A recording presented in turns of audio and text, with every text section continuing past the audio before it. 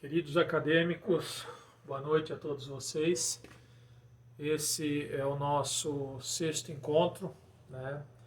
Depois nós termos trabalhado várias questões físicas atinentes à climatologia, tais como os tipos de climas que existem no Brasil, né? Os domínios morfoclimáticos e seus respectivos domínios fitogeográficos, ou seja, os ecossistemas e biomas que estão associados a cada tipo climático. Também estudamos os elementos e fatores climáticos, estudamos, de certa forma, a influência das massas de ar na configuração climática em território nacional. Vimos todos os tipos de massas de ar que influenciam os diversos tipos de clima que existem aqui no nosso país. Agora chegou o momento de a gente estudar um pouco da interferência humana nos aspectos climáticos. Tá? Essa interferência humana nos aspectos climáticos é algo que não é do momento atual. Né? Isso é algo que perdura nos dias atuais, mas de um passado até de certo ponto de certa vez um pouco longínquo, né?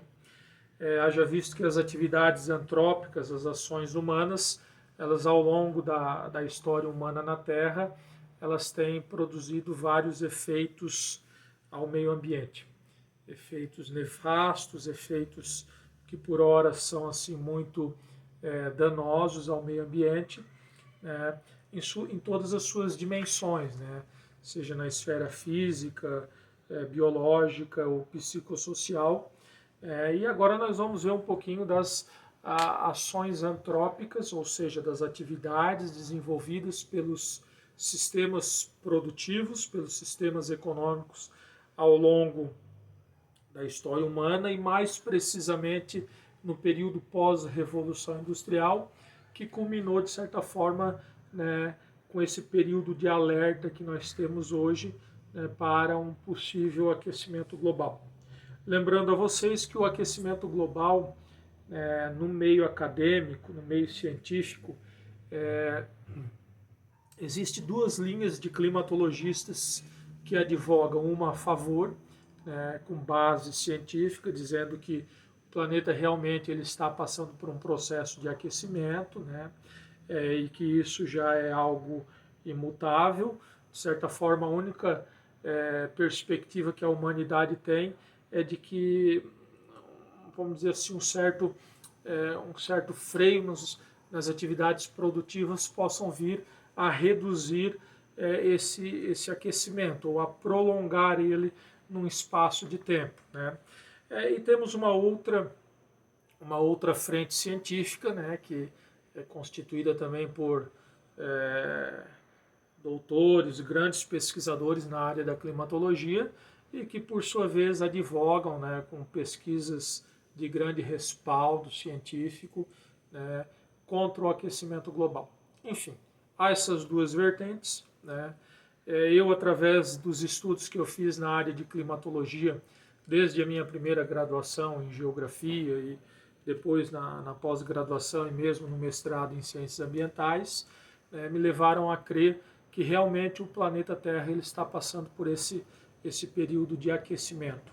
Um aquecimento global, né, que na verdade já foram vistos em vários outros momentos. Tá? A história do planeta Terra, que tem aí 4 bilhões e 600 milhões de anos, ela já passou ao longo de seu tempo geológico por várias alterações climáticas. Alterações na ordem de um aquecimento global e mesmo, né, alterações que vieram a resultar no resfriamento do planeta Terra. Tá?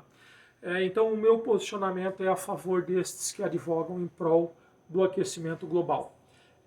E aí, diante disso, eu até coloquei para vocês, na nossa aula de hoje, uma entrevista com o professor Dr. Francisco de Assis Mendonça, um dos maiores nomes da climatologia no país, ele é professor, né, da Universidade Federal do Paraná, ele atuou por muito tempo no programa de doutorado em Meio Ambiente e Desenvolvimento e também no programa de pós-graduação em nível de mestrado e doutorado em Geografia.